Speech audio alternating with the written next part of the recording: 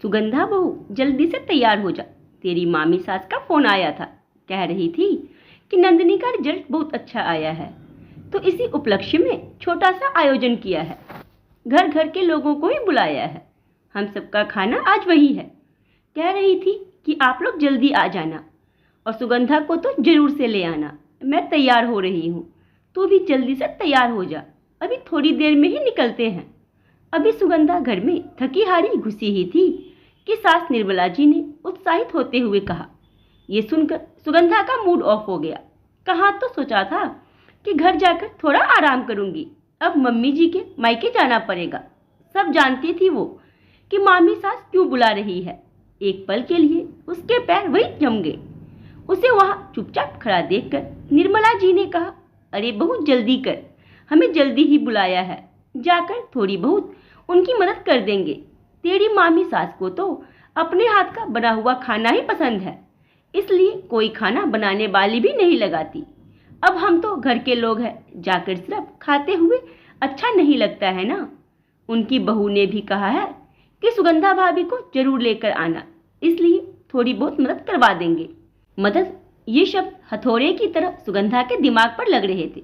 मासी सास बावर्ची क्यों नहीं लगाती, ये तो वो अच्छे से जानती थी, और इस मदद शब्द से तो उन लोगों का दूर दूर तक कोई नाता नहीं था। मम्मी जी जाती है उन लोगों की मदद करने के लिए, पर वो लोग तो खुद ही सारा काम सुगंधा पर डालकर आराम फरमाने बैठ जाते हैं। भला कौन मदद करता है उसकी? सब तो बैठ जाते हैं पंचायती करने के लिए, और बहू होने के नाते लगा देते हैं सुगंधा को काम पर। अब 25-30 लोगों का खाना बनाना कोई मामूली सी बात तो है नहीं, और ऐसा भी नहीं कि कुछ तैयारी पहले से करके रख दे। तैयारी के नाम पर सिर्फ सामान मंगा कर रख दिया जाता है, और सब्जियां धोकर रख दी जाती है, वो भी काट करके कहाँ रखी जाती है। सभी मौसी सास और मामी सास बैठकर पंचायती करते समय सब्जियां काट रही होती है। इसी बीच में सुगंधा को चाय का ऑर्डर भी दे दिया जाता है। साथ ही साथ तारीफों के झाड़ पर भी उसकी सास निर्मला जी को चढ़ाती जाती हैं। अरे निर्मला दीदी, वाकई बड़ी खूब किस्मत पाई है आपने, जो इतनी अच्छी बहू मिली है। भाई कुछ भी हो, कहना पड़ेगा, सुगंधा पूरा काम संभाल लेती है। ये होती है तो हम बेफिक्र हो जाते हैं। और देखो ना, सबको इसी के हाथ का खाना पसंद है, इसलिए सब्जी तक बनाने नहीं देते मुझे। नहीं तो मैं कम से कम सब्जी तो बनाकर रख ही सकती हूँ। मामी सास अपनी चिकनी चुपड़ी बातों को कहती तो निर्मला जी अपनी बहू पर बलिहारी जाती।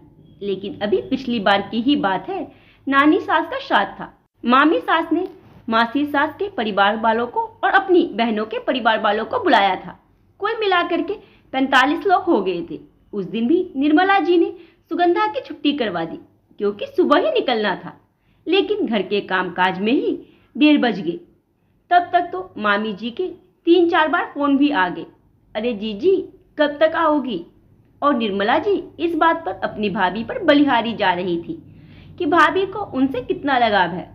इस बार तो सुगंधा ने भी सोचा कि अब मामी सास की बहू आ चुकी है, तो चलो मदद तो मिल ही जाएगी।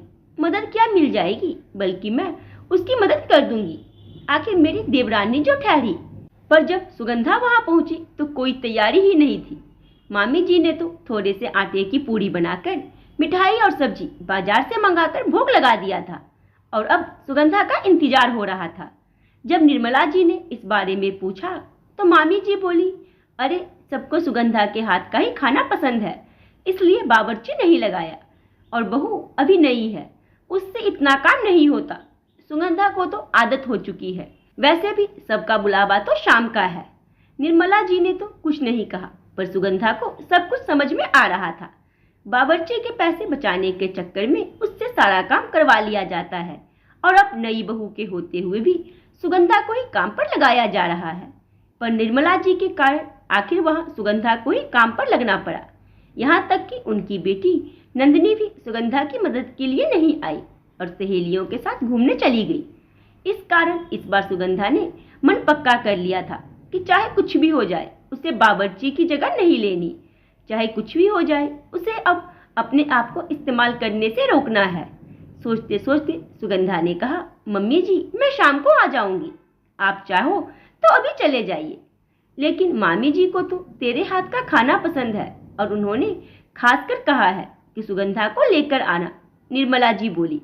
मम्मी जी, वो सब तो ठीक है, पर मैं अभी अभी तो आई हूँ, थक भी गई हूँ, इसलिए मैं शाम को ही आऊंगी। अरे कभी कभार तो चलता है, रोज तो आकर आराम करती हो ना, निर्मला जी पूरा जोर लगाते हुए बोली। पर इस बार तो सुगंधा पूरी तरह से तैयार थी।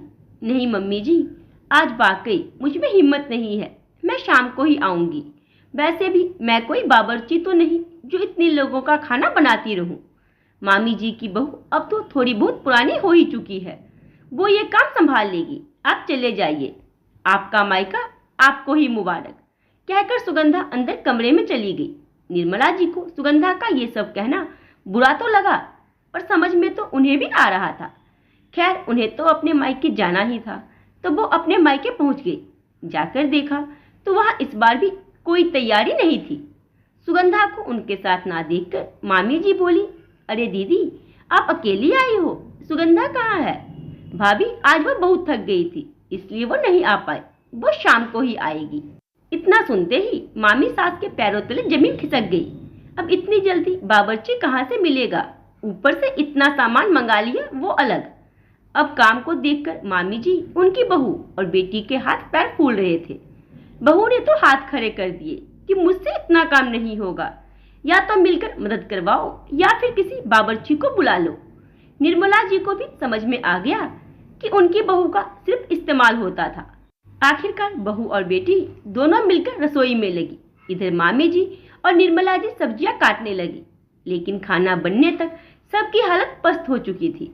शाम को जब मेहमान आने लगे तब तक वो तैयार भी नहीं हुई थी। सुगंधा जब शाम को खाने के मौके पर पहुंची तो ना ही मामी जी और ना ही उनकी बहू और बेटी ने उससे ढंग से बात की, पर सुगंधा को फर्क नहीं पड़ा। उसने तो खाना खाया और वहां से रवाना हो गई। अब तो सुगंधा हमेशा ऐसा ही करने लगी, तो मामी सास को भी समझ में आ गया कि अब सुगंधा बेवकूफ बनने वाली नहीं। अब धीरे धीरे मामी सास ने भी सिर्फ ननद नंदोई को बुलाना शुरू कर दिया। अब पूरे परिवार को बुलावा नहीं होता था, और अगर बुलावा होता भी तो बावर्ची काम करते थे। तो सुगंधा ने सही किया है गलत, आप लोग अपने भी कमेंट बॉक्स में जरूर दें। और कहानी पसंद आई हो तो वीडियो को लाइक, चैनल को सब्सक्राइब, वीडियो को शेयर करना ना भूलें।